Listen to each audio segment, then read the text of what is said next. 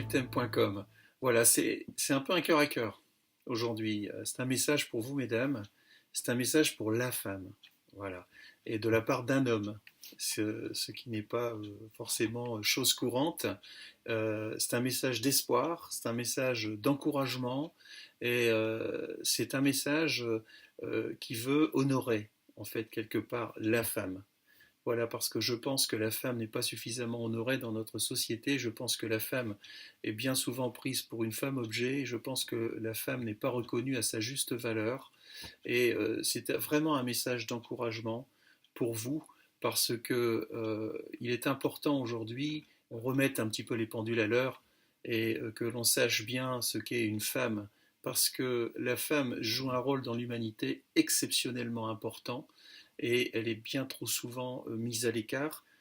On voit qu'aujourd'hui les femmes sont victimes de harcèlement, on voit que les femmes sont victimes de violences conjugales, on voit également que les femmes sont victimes d'inégalités, ce que sont les inégalités au travail, par exemple.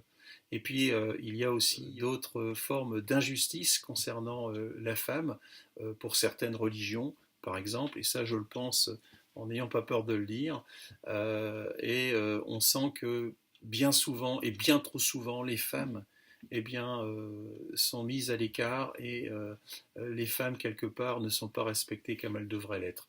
Alors, pourquoi je vous dis tout cela? Parce que moi, pendant des années, à titre personnel, eh bien, j'estime que je n'ai pas respecté la femme. Je n'ai pas respecté la femme. Pourquoi? Parce que je voyais chez la femme sa beauté. C'était pour moi un désir. C'était également pour moi un plaisir.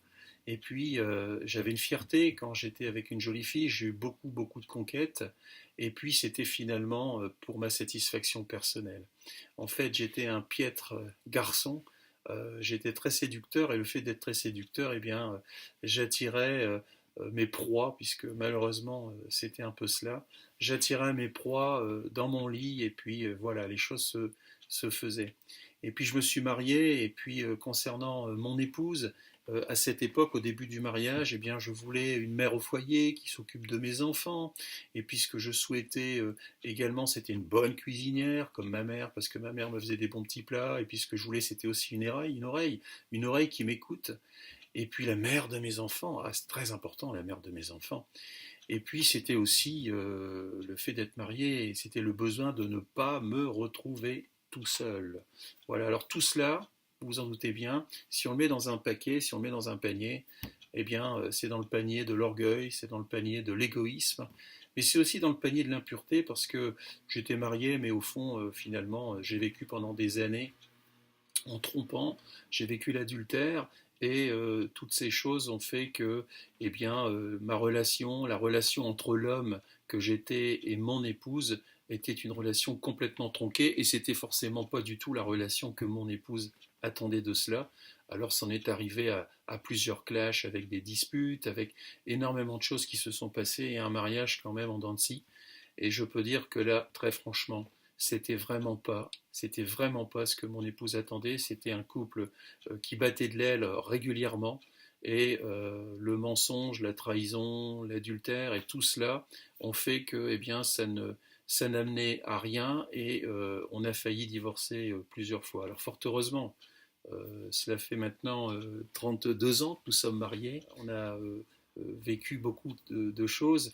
Il s'est passé tout ce que je viens de vous dire parce que eh bien, j'étais un homme qui ne respectait pas les femmes, comme malheureusement beaucoup d'hommes ne respectent pas aujourd'hui les femmes parce que ces hommes ne pensent qu'à eux et ils ne se sont pas rendus compte de ce qu'était une femme. Alors pour se rendre compte de ce qu'était une femme et la raison pour laquelle j'ai changé, et on peut le dire radicalement, eh bien c'est tout simplement parce qu'un jour, eh bien, j'ai rencontré celui qui m'a appris ce qu'était une femme, j'ai rencontré le Christ. J'ai rencontré Jésus-Christ, qui m'a expliqué, qui m'a rencontré, qui m'a pardonné. Et dans une repentance vraiment sincère de ce que j'étais, parce que je me rendais compte que finalement tout ce que j'apportais à mon épouse était rejeté, je ne comprenais rien, lui a été, je dirais, plus qu'exceptionnel, c'est Dieu. Et il s'est tourné, il s'est penché vers moi, et sa parole, la Bible, la parole de Dieu, eh bien, m'a apporté tout l'enseignement, et m'a surtout réchauffé le cœur, et m'a surtout permis eh bien, d'honorer mon épouse et permis d'honorer les femmes et d'honorer la femme. Alors voilà, je vais faire juste un petit récapitulatif de ce qui s'est dit entre Jésus et moi-même, de ce que dit la parole de Dieu, de ce que dit la Bible, et ce que je souhaite à des milliers, à des millions de femmes, c'est de pouvoir être aimé comme Christ aime la femme. Alors voilà ce que dit la parole de Dieu. Je me permets de regarder un peu l'écran, hein, si mon œil se déporte un peu, ne m'en veuillez pas.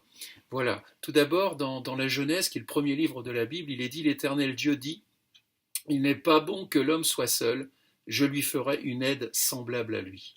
Je répète, il n'est pas bon que l'homme soit seul, je lui ferai une aide semblable à lui.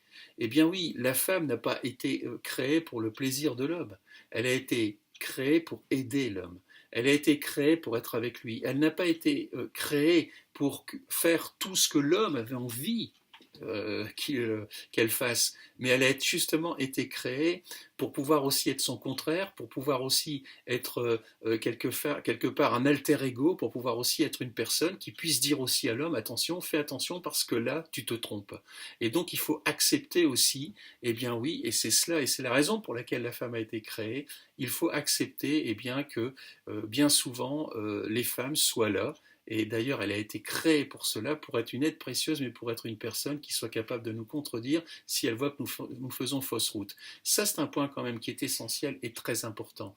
Donc, la première chose, c'est que notre femme, votre femme, la femme a été créée parce que c'est une aide précieuse pour l'homme. Et vous allez voir d'où vient la femme. Il est dit toujours dans Genèse, donc voilà, une partie de l'homme, finalement, la femme, c'est une partie de l'homme, c'est une partie de nous-mêmes. Voilà ce qui est dit. Alors l'Éternel, Dieu fit tomber un profond sommeil sur l'homme, qui s'endormit. Il prit une de ses côtes et referma la chair à sa place. L'Éternel, Dieu forma une femme de la côte qu'il avait prise de l'homme, et il l'amena vers l'homme. Et l'homme dit, voici, cette fois, celle qui est os de mes os, et chair de ma chair. On l'appellera femme parce qu'elle a été prise de l'homme. Et là, on se rend compte que finalement, eh bien oui, la femme est une partie de l'homme. Donc lorsque l'on néglige la femme, lorsque on ne respecte pas la femme, eh bien on ne se respecte pas soi-même, puisque la femme a été tirée de la côte de l'homme, la femme est une partie de l'homme, l'homme et la femme en fait ne font qu'un. Ça, c'était un énorme bouleversement dans ma conception. Pourquoi? Parce que tout cela, je ne l'avais pas appris, on n'apprend pas cela à l'école. Alors on vous parle de religion, etc. Là, je ne vous parle pas de religion, pas du tout, je vous parle d'une relation, je vous parle de la parole de Dieu qui est dans la Bible et qui nous explique ce qu'est la femme. Et c'est très important pour toute femme dans ce monde de savoir d'où elle vient. Et c'est très important que les hommes puissent lire la Bible, puissent lire de là où ils viennent pour pouvoir comprendre non seulement ce qu'est la femme, mais ce qu'ils sont eux-mêmes. Alors il est dit aussi, voilà, c'est pourquoi l'homme quittera son père et sa mère et s'attachera à sa femme, et ils deviendront une seule chair. C'est pourquoi l'homme quittera son père et sa mère et s'attachera à sa femme, et ils deviendront, oui, une seule chair. On se rend compte que finalement, l'homme et la femme ne font qu'un. C'est-à-dire que Dieu, dans sa grande bonté, dans son grand amour, eh bien, nous apprend que finalement, l'homme et la femme, nous ne sommes pas deux, nous ne formons qu'un. Voilà, la femme est là pour aider l'homme, c'est son alter ego, elle est là pour lui dire fais attention parce que là tu peux te tromper, bien souvent d'ailleurs on le dit, les femmes ont un sixième sens, et bien ce sixième sens c'est certainement justement ce que Dieu a fait en faisant en sorte que la femme soit une aide précieuse pour nous. Donc on le voit, c'est la parole de Dieu qui le dit, nous ne formons qu'un.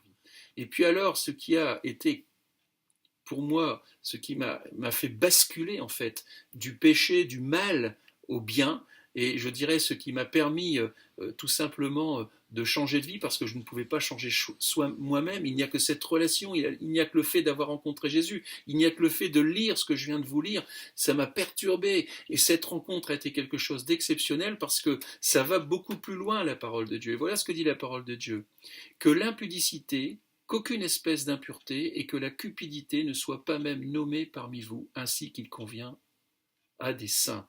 C'est-à-dire que je me suis rendu compte que finalement j'étais une personne impure, que j'étais quelqu'un qui faisait du mal, je faisais du mal à mon épouse, que non seulement je faisais du mal à mon épouse, mais je la trahissais, mais comme mon épouse était ma chair et que c'était la chair de ma chair, quand je faisais mal à mon épouse, c'est marqué dans la parole de Dieu. mais je me faisais mal à moi-même. Alors où est-ce que nous allions tous les deux? Ah ben, on allait à la perdition. Donc il a fallu une énorme repentance, une énorme repentance. Il a vraiment fallu que je me tourne vers Jésus-Christ, que je me tourne vers Dieu, pour dire, mais Seigneur, je te demande pardon. Mais pourquoi est-ce que j'ai fait autant de mal à ma femme? Pourquoi est-ce que j'ai fait autant de mal à toutes ces femmes? Il faut savoir quand même que j'avais des relations avec des femmes qui étaient mariées, et j'en ai eu beaucoup. Donc il y a eu de la destruction derrière tout cela. Et je m'en repens sincèrement et je demande pardon. Je demande pardon à toutes ces femmes à qui j'ai pu faire du mal. Et j'ai demandé pardon à mon épouse. J'ai demandé pardon à Dieu. Je me suis repenti, j'ai vomi cet homme qui n'avait aucun respect des femmes. Et je souhaite à beaucoup d'hommes, de pouvoir avoir cette liberté, de pouvoir ressentir ce que j'ai ressenti, pour pouvoir enfin être libre et avoir une vie nouvelle, et pouvoir honorer son épouse, et ne plus avoir de regards qui sont des regards, on peut le dire, mauvais, pourris, pourris, des regards qui sont des regards impurs. Et lorsque l'on lit dans Éphésiens 5, dans le livre des Éphésiens, que l'impudicité, qu'aucune espèce d'impureté et que la cupidité ne soit pas même nommée parmi vous, eh bien là, je peux vous dire que c'est quand même quelque chose de merveilleux, parce que quand on ne vit plus ces choses-là, on a une vie totalement différente. Et puis pour terminer, ce que la parole de Dieu m'a enseigné, et ça c'est resté là, c'est resté gravé dans mon cœur. Et c'est quelque chose qui aujourd'hui fait qu'entre mon épouse et moi-même, eh bien mon épouse n'a plus du tout le même mari, forcément, et je n'ai plus du tout la même femme. Je n'ai plus du tout la femme que j'avais auparavant. Pourquoi? Parce qu'elle a un mari qui aujourd'hui est un mari qui la respecte. Et pourquoi je la respecte? Parce que je respecte tout simplement ce que Dieu m'a enseigné. Les hommes ne vous enseignent jamais ce que je vous ai enseigné là. Ça, vous ne le trouvez que dans la parole de Dieu. Et voilà ce qui a été pour moi quelque chose qui a bouleversé et transformé ma vie et surtout ma relation avec mon épouse. Voilà ce qui est écrit. Et ça, vous le trouvez dans le livre des Éphésiens, Éphésiens 5, 25. Marie, aimez vos femmes comme Christ, comme Jésus a aimé l'Église et s'est livré lui-même pour elle, afin de la sanctifier par la parole, après l'avoir purifiée par le baptême d'eau, afin de faire paraître devant lui cette Église glorieuse, sans tache, ni ride, ni rien de semblable, mais sainte et irrépréhensible. C'est ainsi que les maris doivent aimer leurs femmes comme leur propre corps. Celui qui aime sa femme s'aime lui-même, car jamais personne n'a haï sa propre chair, mais il la nourrit et en prend soin, comme Christ, comme Jésus le fait pour l'Église, parce que nous sommes membres de son corps. Ça, je peux vous dire que dès le moment où on rencontre Dieu, où on a cette nouvelle vie, pourquoi? Parce qu'on a eu une repentance plus que sincère, une repentance, mais je la voulais, moi, cette repentance, je n'en pouvais plus de faire souffrir. Eh bien, lorsque l'on lit ça, lorsque l'on voit qu'il faut conduire son épouse vers la sainteté, qu'il faut aimer sa femme comme son propre corps, c'est dit. Celui qui aime sa femme s'aime lui-même. Pourquoi on s'aime nous-mêmes? Tout simplement parce que la femme, ma femme, la femme, est tirée de la côte de l'homme.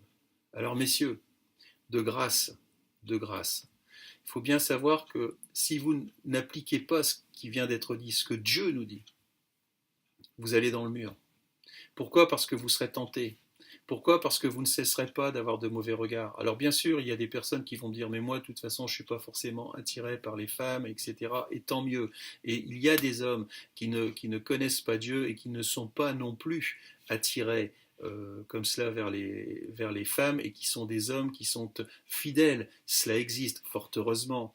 Mais il faut bien comprendre que quelque part, il y a la grande majorité des hommes qui, même s'ils ne le disent pas, et de toute façon la plupart du temps ils ne le disent pas, eh bien vivent dans ce qu'on appelle l'iniquité, c'est-à-dire ils ont un jardin secret. Il faut savoir que la pornographie a envahi notre vie.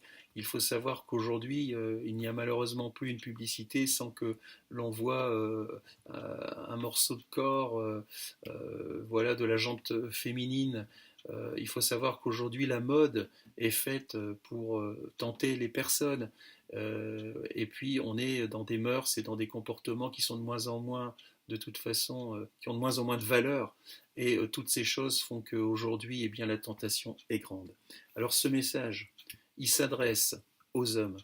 Et je voudrais simplement dire, messieurs, prenez une Bible, lisez-la, regardez ce que Dieu vous dit, parce que quelque part, ce que l'on fait subir lorsque l'on est un homme qui vivons tout cela, lorsque l'on fait subir à la femme, à nos femmes, eh bien quelque part c'est une prison dans laquelle nous sommes nous-mêmes.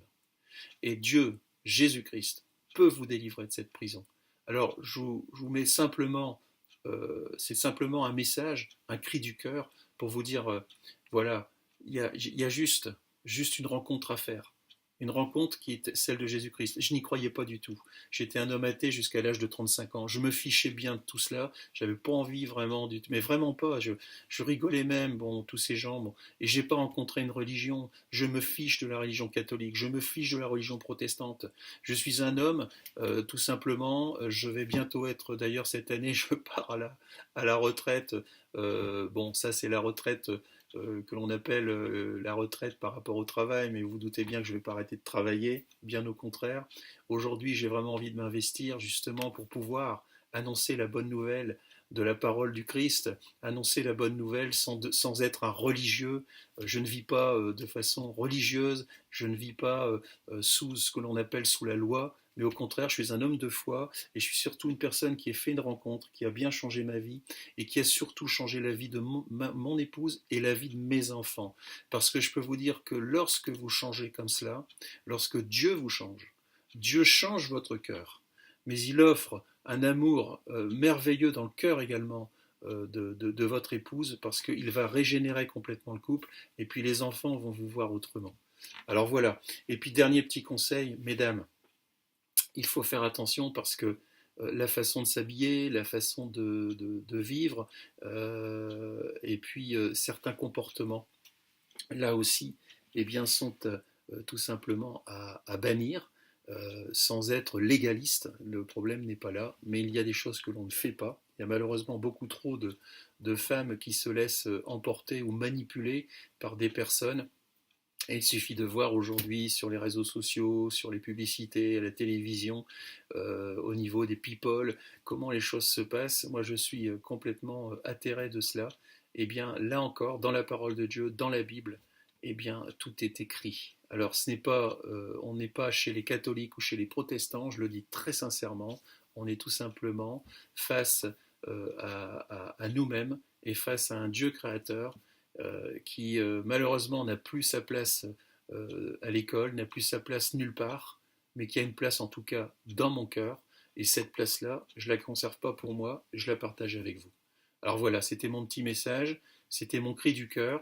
Je vous souhaite, en tout cas, je souhaite à beaucoup d'hommes eh bien, de vivre ce que j'ai vécu parce que ça va rendre toutes les femmes qu'ils rencontreront heureuses. Je vous remercie en tout cas d'avoir été à l'écoute et je vous dis à un prochain témoignage.